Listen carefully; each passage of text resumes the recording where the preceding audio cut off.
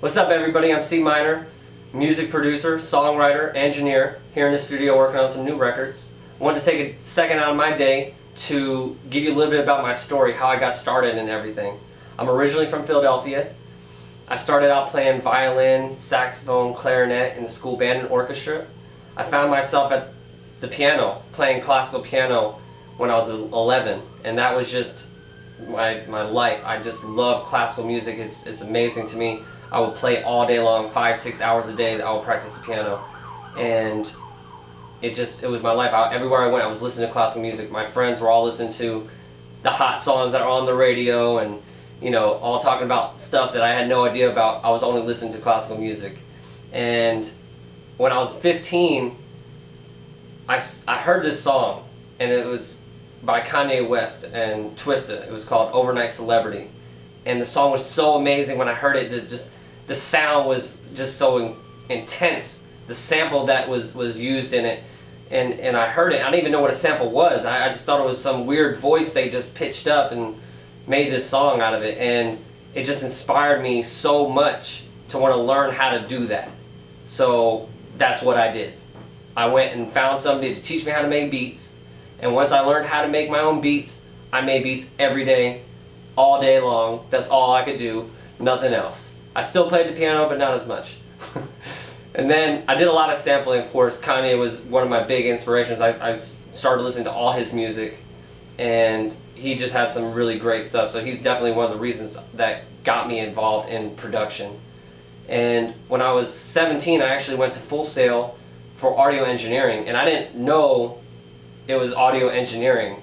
I'm like, what is that? I thought it was for music production. So when I got there, it was a little wake-up call, like, oh, wait a second, there's something else there that I need to learn. And I went and did that, and it was an amazing experience. Learned so many great things.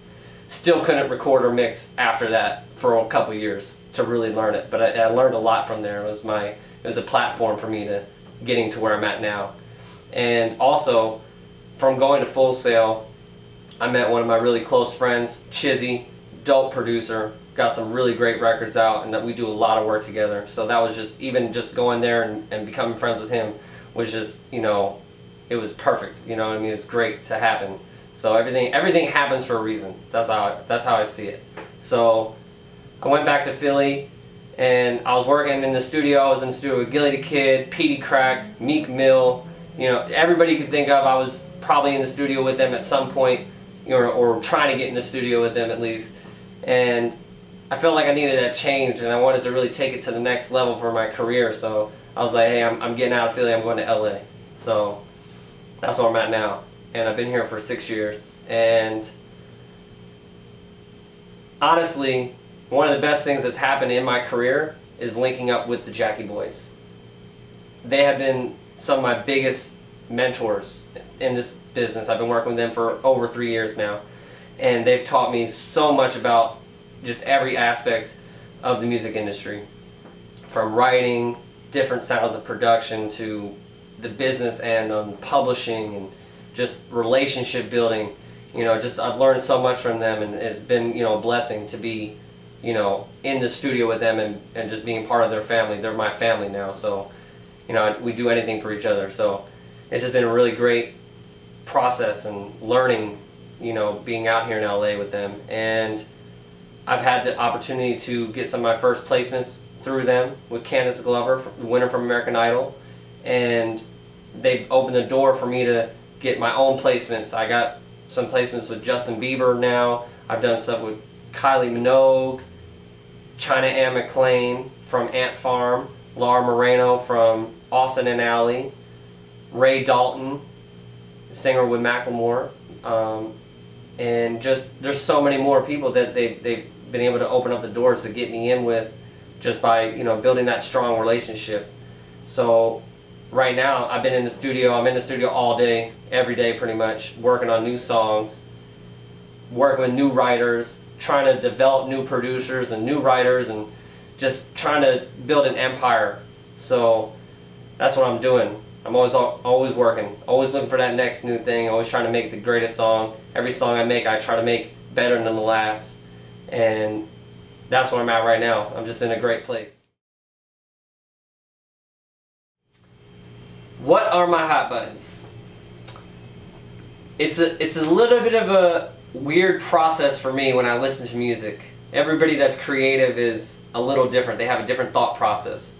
So the best way I could break it down is the way I see it. When I listen to a song, doesn't matter who it's from, where I'm hearing it, I immediately listen for the track. How does that track sound? You know, if it's a guitar, if it's a drum beat hitting hard.